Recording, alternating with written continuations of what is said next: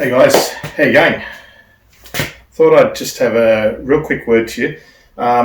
This is the first in a series of short videos that I'm going to do that are all about answering some questions that I usually get at the launch point out in the lake, sometimes doing demonstration evenings or demonstration ride days, things like that. So I'm going to touch off on half a dozen or so what I think really important must-do things if you're going to get into kayak fishing.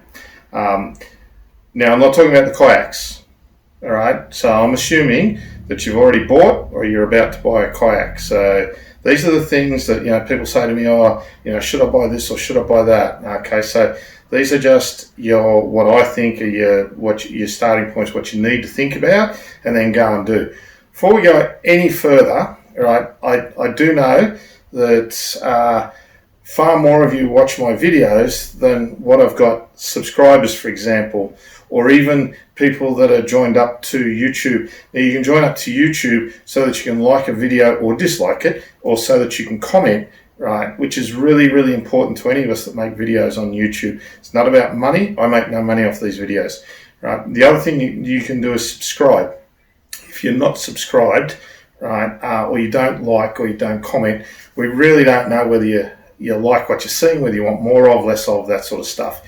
So if you could do me a favor, right down the bottom, you can subscribe, right, or you can join up to YouTube and then subscribe, and you can like or dislike or comment, right? And comment is a key one.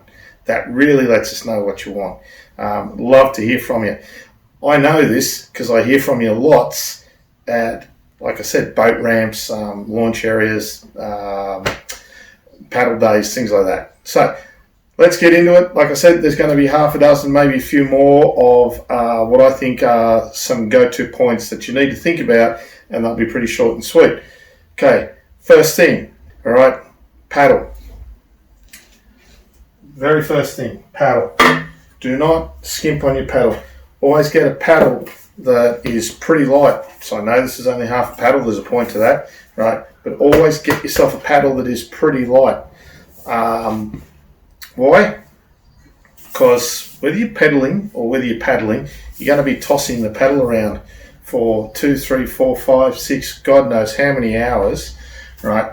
The heavier the paddle, the harder it is for you to sling it around, the harder it becomes to paddle the kayak, right? So you need to buy yourself, it's a really simple rule, right? Buy yourself the lightest paddle and the strongest paddle that you can get.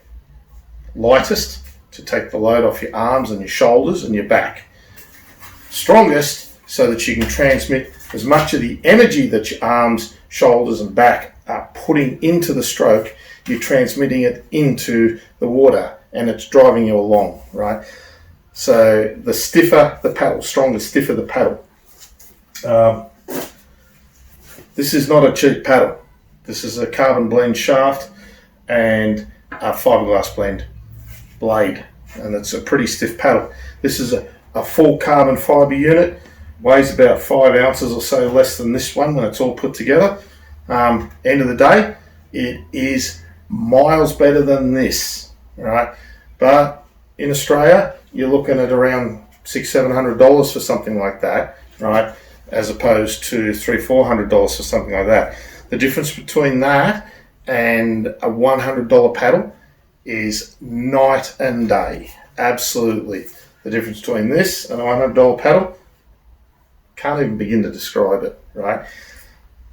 So typically what happens is you guys wind up buying a $100 paddle or a $150 paddle, and then a couple of years down the track you think, bugger this, and someone shows you about a decent paddle, so you'll go and buy a $200 or $300 paddle. Trust me, it might seem like a lot of money, but if you use a $700 paddle, you'll never go back. It's like when your dishwasher breaks and you suddenly don't have a dishwasher, right? Or somewhere in the middle, something like this. It's so different. The other thing, the reason I use paddle split in half is, number one, so that you can angle them And the reason you want to angle them is partly to defeat wind if you're paddling into the wind, so you can angle them to make it easier for yourself. Secondly, to suit the stroke. Thirdly, so that you can lengthen it if you've got a seat that goes up and down, right? Or you're jumping in and out of different kayaks that are different widths. So it all comes down to your height and so on. I'll chuck a video link up here or up there somewhere, right, that goes into that for you. You can click on that and it'll explain it all to you.